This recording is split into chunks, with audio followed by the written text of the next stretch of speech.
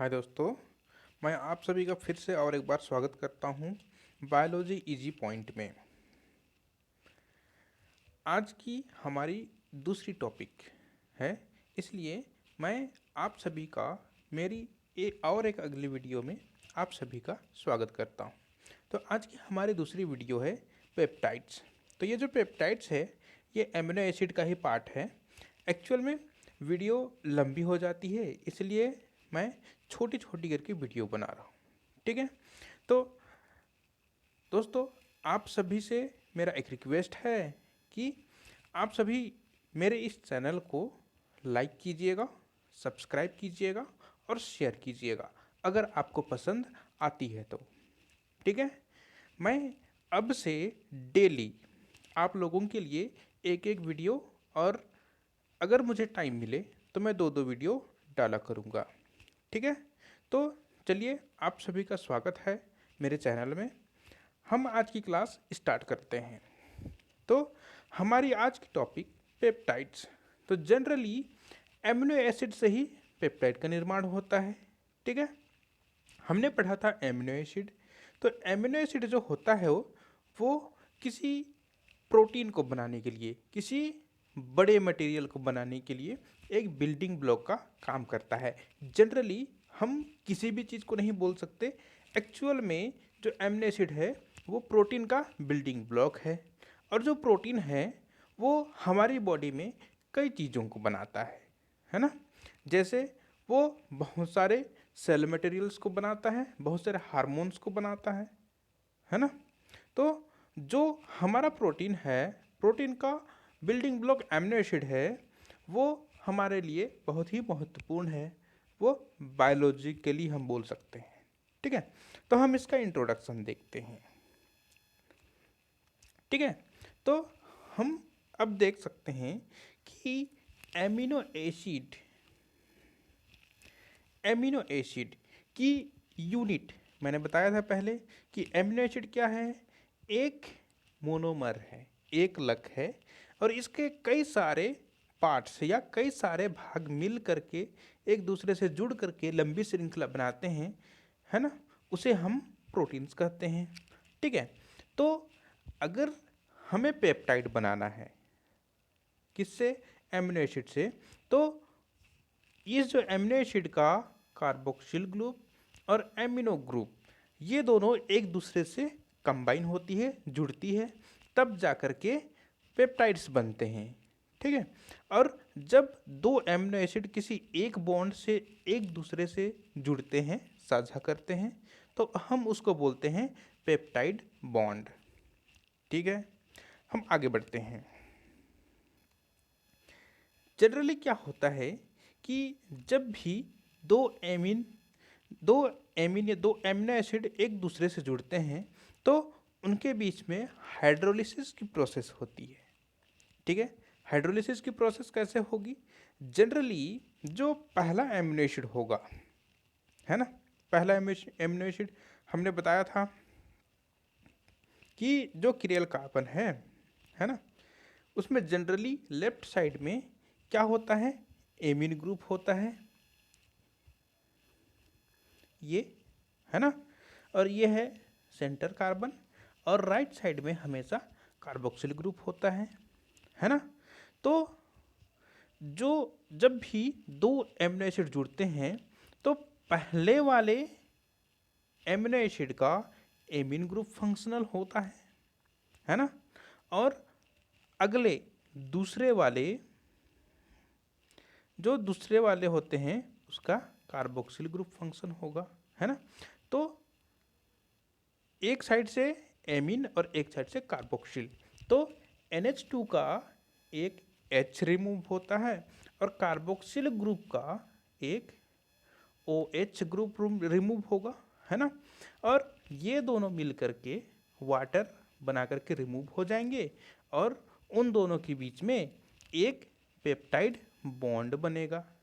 ठीक है, तो हम देख सकते हैं पेप्टाइड बॉन्ड कैसे बनता है।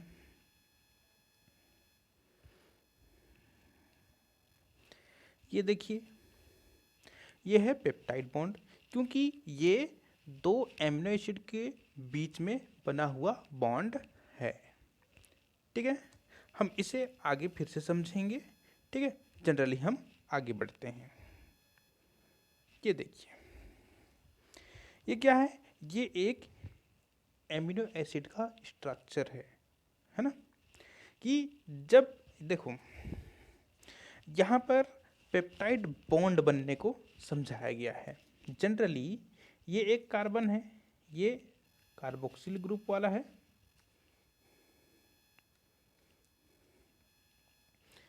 ठीक है, और ये एमीन है। इधर पहले नंबर का एमिनो एसिड है, यहाँ पर दूसरे नंबर का एमिनो एसिड है। यहाँ पर क्या होगा? H2, आगे COOH होगा, है ना? उसी तरह यहाँ पर भी क्या होगा? H2 और NH2। आया समझ में, है ना? तो यहाँ पर CO यहाँ, है ना? इस वाले में COOH था, है ना? और यहाँ पर N, यहाँ पर एक H जुड़ा हुआ है, यहाँ पर जनरली और एक H होगा, है ना? तो इस N का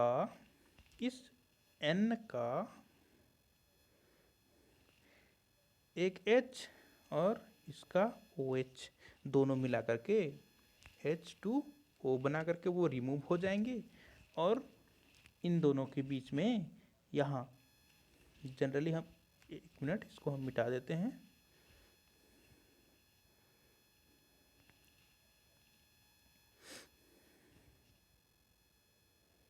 ठीक है, तो यहाँ पर ये जो बीच में बना है ये अपना पेप्टाइड बॉन्ड है। आया समझ में?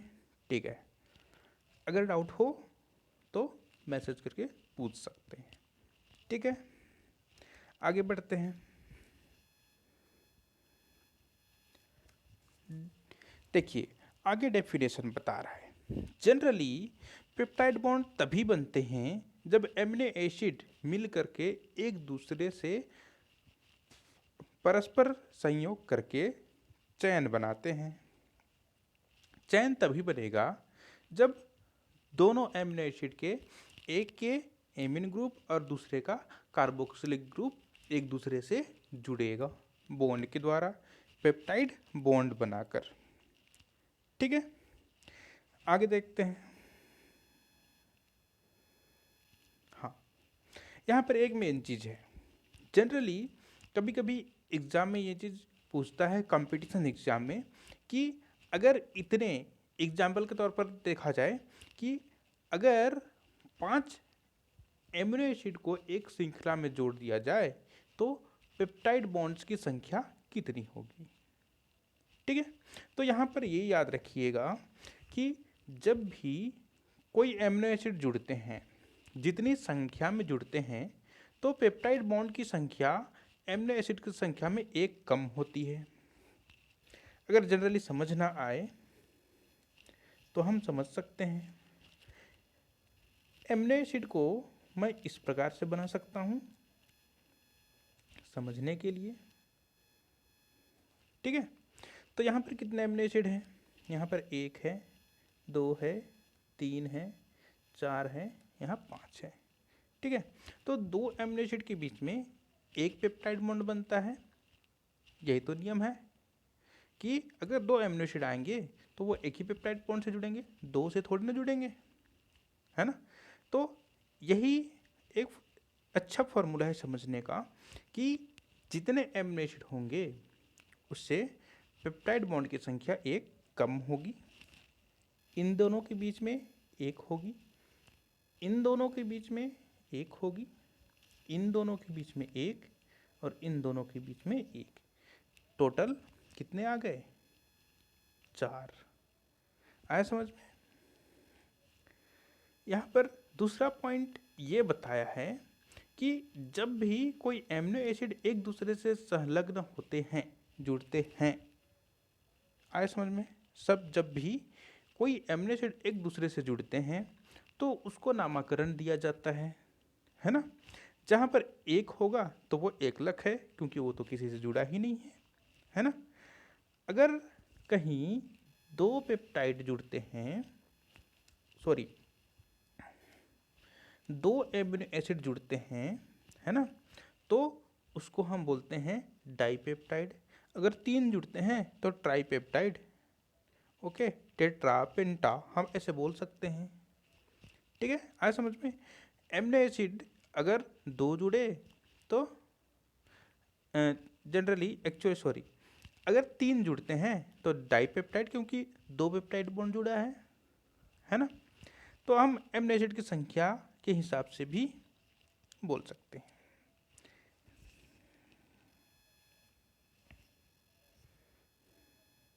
ठीक है, तो आगे हम क्या देखते हैं, ये देखिए कि अगर हम एग्जाम्पल के तौर पर लें तो एमिनो एसिड कैसे जुड़ेंगे।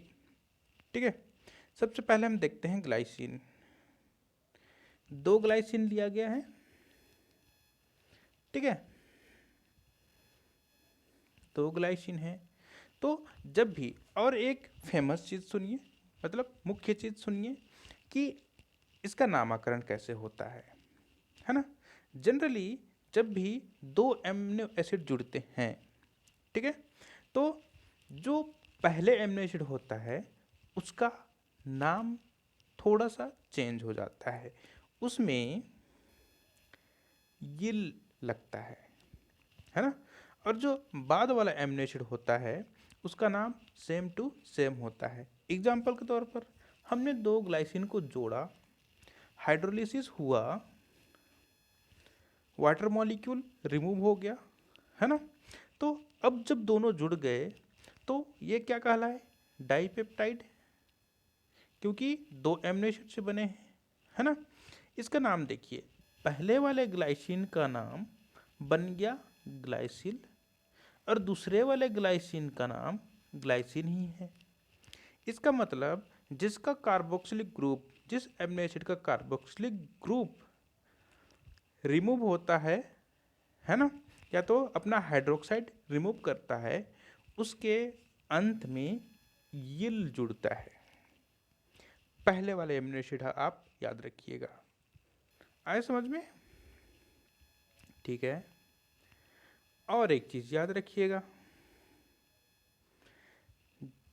जब भी एमिनो एसिड का नामकरण होता है तो वहाँ पर अलग अलग तरीके से होता है। ठीक है, मोनोपेप्टाइड,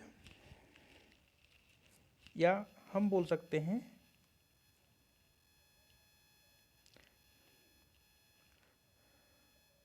डाइपेप्टाइड,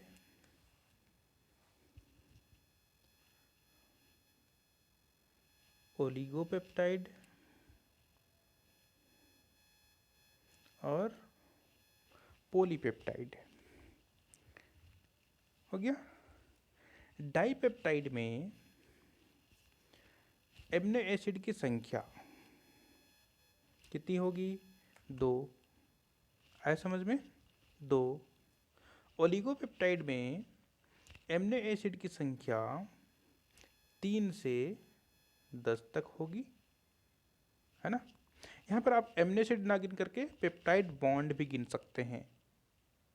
ठीक है, ध्यान से सुनिए कि अगर आप डाइपेप्टाइड, ओलिगोपेप्टाइड और पॉलीपेप्टाइड की गिनती करें या तो नामकरण करें, तो वहाँ पर आप एमिनो एसिड को छोड़ करके पेप्टाइड बॉन्ड की संख्या को भी गिनती कर सकते हैं कि डाइपेप्टाइड में 2 पेप्टाइड बॉन्ड होंगे, ओलिगोपेप्टाइड में 3 से 10 एमिनो एसिड होंगे या तो पेप्टाइड बॉन्ड होंगे, पॉलीपेप्टाइड में 10 से अधिक। ठीक है, इतना समझ में आया। डाइपेप्टाइड, ओलिगोपेप्टाइड, ओलिगोपेप्टाइड में याद रखिएगा 3 से 10, ठीक है। पॉलीपेप्टाइड में याद रखिएगा 10 से अधिक। आगे बढ़ें।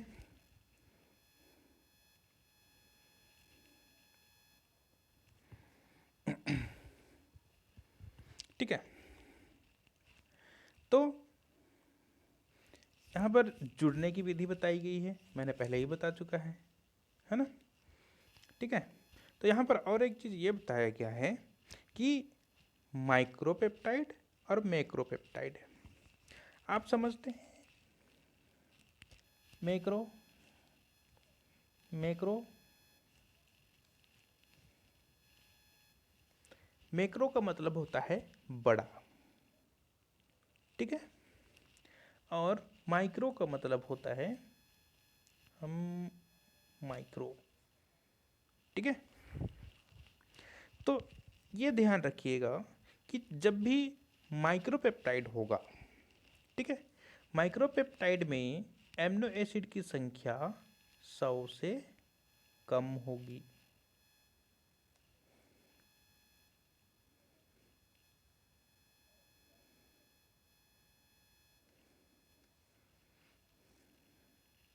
ठीक है, और मैक्रो पेप्टाइड में एमिनो एसिड की संख्या 100 से अधिक होगी।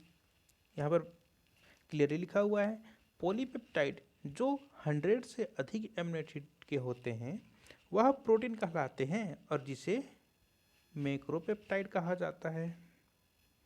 बात क्लियर हुई।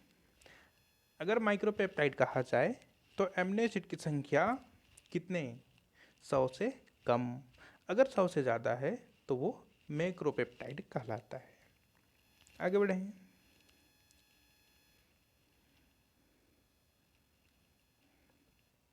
ठीक है, इस पॉइंट में ये समझाया गया है कि अगर एमिनो एसिड्स से प्रोटीन बनते हैं इसका मतलब ये नहीं कि वहाँ पर किसी प्रोटीन में एक दूसरे के एमिनो एसिड मैच करें, है ना। मतलब विभिन्न प्रकार के प्रोटीन में एमिनो एसिड भी भिन्न भिन्न होगी। ठीक है, जैसे कोई एक पेप्टाइड है ना, तो वो दूसरे पेप्टाइड से भिन्नता करेगी। जैसे हम एनिमल की ले लें और एक प्लांट की ले लें, है ना, तो एनिमल और प्लांट दोनों में जो एमिनो एसिड पाए जाएंगे या पेप्टाइड पाए जाएंगे उसमें एमिनो एसिड की जो श्रृंखला होगी वो अलग अलग प्रकार की होगी। बस इतना याद रखिएगा। आए समझ में? ठीक है, आगे देखते हैं कि एक पॉलीपेप्टाइड और प्रोटीन इसके बीच में क्या अंतर होता है ना। तो यहाँ पर उनके मॉलिक्यूलर वेट में डिफरेंस पाया जाता है ना, कि अगर देखिए कम से कम श्रृंखला अगर 100 एमिनो एसिड के है जिसका मॉलिक्यूलर वेट 10,000 डाल्टन से अधिक होता है ना, और ये प्रोटीन्स कहलाते हैं। अगर हम पेप्टाइड की बात करें तो 100 से कम एमिनो एसिड पाए जाते हैं। ये वही है मैक्रो पॉलीपेप्टाइड और माइक्रो पॉलीपेप्टाइड, या तो मैक्रो और माइक्रो पेप्टाइड की तरह, कि अगर जो पेप्टाइड है तो हम पेप्टाइड किसको बोलेंगे, माइक्रो पेप्टाइड्स को, उसमें 100 से कम एमिनो एसिड्स पाए जाते हैं और उसका मॉलिक्यूलर वेट याद रखिएगा 10,000 डाल्टन से कम होगा। वहाँ पर अगर प्रोटीन होगा, ठीक है, तो प्रोटीन में एमिनो एसिड की संख्या 100 से अधिक होगी और उसकी जो मॉलिक्यूलर वेट होगी वो 10,000 डाल्टन, जनरली हम डाल्टन गिनते हैं, है ना, तो 10,000 डाल्टन से अधिक होगी। ओके, इतना चीज समझ में आया। आगे देखते हैं एन और सी टर्मिनल। ये एन और C terminal same to same हम एमिनो एसिड की तरह पढ़ सकते हैं, है ना, कि पहले वाले एमिनो एसिड का अगर पेप्टाइड बॉन्ड बनता है तो पहले वाले एमिनो एसिड का कार्बोक्सिल ग्रुप और दूसरे वाले एमिनो एसिड का एमीन ग्रुप पार्टिसिपेट करता है। एन टर्मिनल एमीन ग्रुप को कहते हैं और सी टर्मिनल कार्बोक्सिल ग्रुप को कहते हैं। ठीक है, यहाँ पर एक चीज़ ये बताया है कि यहाँ पर जो एमीन ग्रुप होता है वो बेसिक होता है। बेसिक का मतलब क्षारीय होता है। ठीक है, और जो सी टर्मिनल या कार्बोक्सिल ग्रुप होता है वो एसिड होता है। आई बात समझ में? मेन पॉइंट इतनी ही थी। हाँ, आगे ये बताया गया है नामकरण कैसे किया जाए। मैंने पहले ही बता चुका है कि इसमें जो पहला एमिनो एसिड होता है जिसका कार्बोक्सिल ग्रुप से COOH से OH ग्रुप अलग होता है, तो उसमें क्या जुड़ता है? यील जुड़ता है। और दूसरा वाला जो सेम एमिनो एसिड होगा या तो अदर एमिनो एसिड होगा, उसका नामकरण कैसे होगा? अलग से होगा, सेम होगा, है ना। अगर ग्लाइसिन है तो वो ग्लाइसिन ही होगा, लेकिन पहला वाला एमिनो एसिड क्या होगा? उसका नाम बदल के ग्लाइसिल हो जाएगा। ओके, ये देखिए हमने जोड़ा 3 amino acid, tripeptide, glycine, alanine और सेरीन। ठीक है, तो जो लास्ट वाला एमिनो एसिड है उसका नाम सेम होगा, हूबहू होगा, लेकिन पहले वाले जितने भी एमिनो एसिड जुड़ते जाएंगे पहले की ओर, चाहे वो 10 हो, चाहे 100 हो, चाहे 1000 की संख्या में हो, है ना। तो लास्ट वाला एमिनो एसिड का नाम सेम टू सेम होगा, और इससे पहले जितने भी एमिनो एसिड जुड़ेंगे उसमें यील जुड़ते जाएगा। ओके, इतना चीज समझ में आया?